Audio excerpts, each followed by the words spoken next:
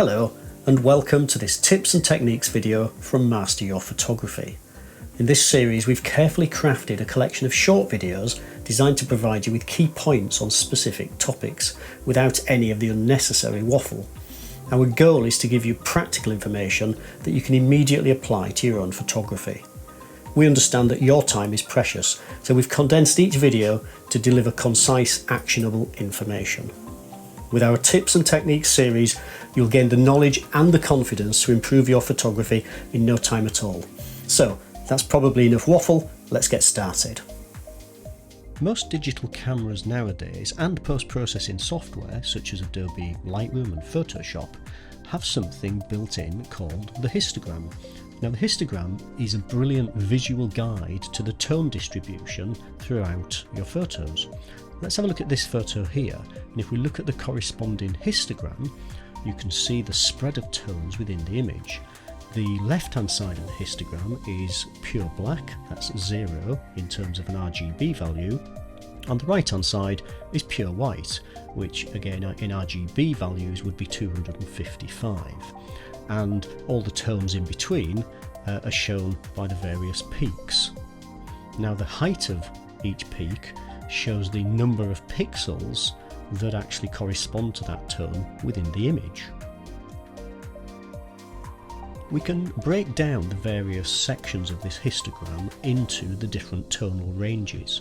So we've got the blacks over on the left hand side, followed by the shadows, they're the areas that are not quite as black, the midtones sit in the middle, then we've got the highlights which are the really light parts, and then the whites which are the really white parts. If we look at this image in conjunction with the histogram, you can see the blacks are going to be that really dark bit directly under the left hand side of this particular piece of furniture. The shadows are going to be again the dark areas underneath that piece of furniture. The midtones are in general the main subject area, and then the highlights are going to be the wall, and the pure whites are actually, well, the brightest part of this image is that actual illuminated lamp that's sitting on the piece of furniture. We usually aim to get a good spread of tones within our images. However, the histogram can be misleading sometimes. If you take an image such as this one of Clifford's Tower in York, taken in the snow, so there's a lot of very light tones in this particular shot. If we look at the histogram, you'll see that a lot of those tones are up against the right hand side, which is perfectly appropriate for this particular image. If we look at Clifford's Tower then shot at night time, then again you can see that most of the tones are actually over to the left hand side, and that's because of the dark night sky. So the histogram is a great way of analysing the tones within your image, but don't be misled by it, and don't believe that you have to have a good spread throughout the entire tonal range within an image for it to be successful. What you should do is use the histogram in conjunction with the image itself and the aim that you're trying to achieve, and then use the histogram as a guide to indicate whether you've actually achieved that aim. If we look at another image that has some very light tones within it, then again you will see that the peaks within the histogram are all bunched up towards the right hand side. And you can see there are some definite peaks there. Those are the tones in the flower, and then there is a gap, and then right over on the right hand side there is a very tall single peak. That's the pure white of the background surrounding the flower. Now if we were seeing that pure white peak in say a landscape image, then that's indicating that we've got areas of our image where there is no detail whatsoever. That's called clipping. So you'll hear photographers talking about, well, they've clipped the highlights or they've clipped the shadows, and that would correspond to a peak over on the left hand side that would indicate pure black within your image.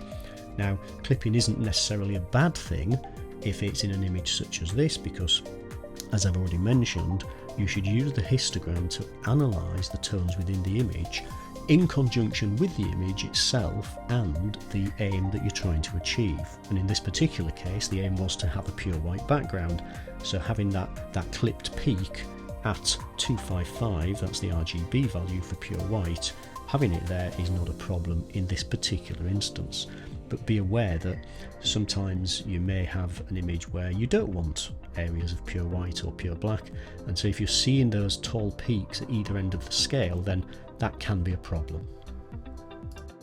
Let's take a look at one more image, and this time it's a very low contrast image. What I mean by that is that there is nothing that is pure black within the image and nothing that is pure white. So when we look at the histogram, we'll see that the tones are all bunched up in the middle.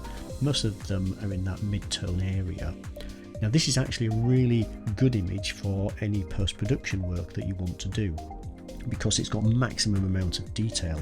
You can stretch those tones out and actually create black areas and pure white areas if you want to. The aim for this particular image was to create a low contrast shot anyway in the mist as the sun was setting over Whitby Abbey. So the histogram reflects the outcome that we were looking to achieve. So if your camera has a histogram feature, then I would suggest you turn it on and start to use it as a tool to analyse your exposure and make sure you're getting the maximum tonal range from every image that you create.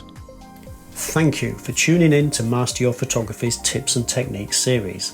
We hope you found this video useful and practical. Remember, each photo you take is a stepping stone towards becoming a better photographer. So get out there and capture the world in your own unique way. Until next time, happy shooting.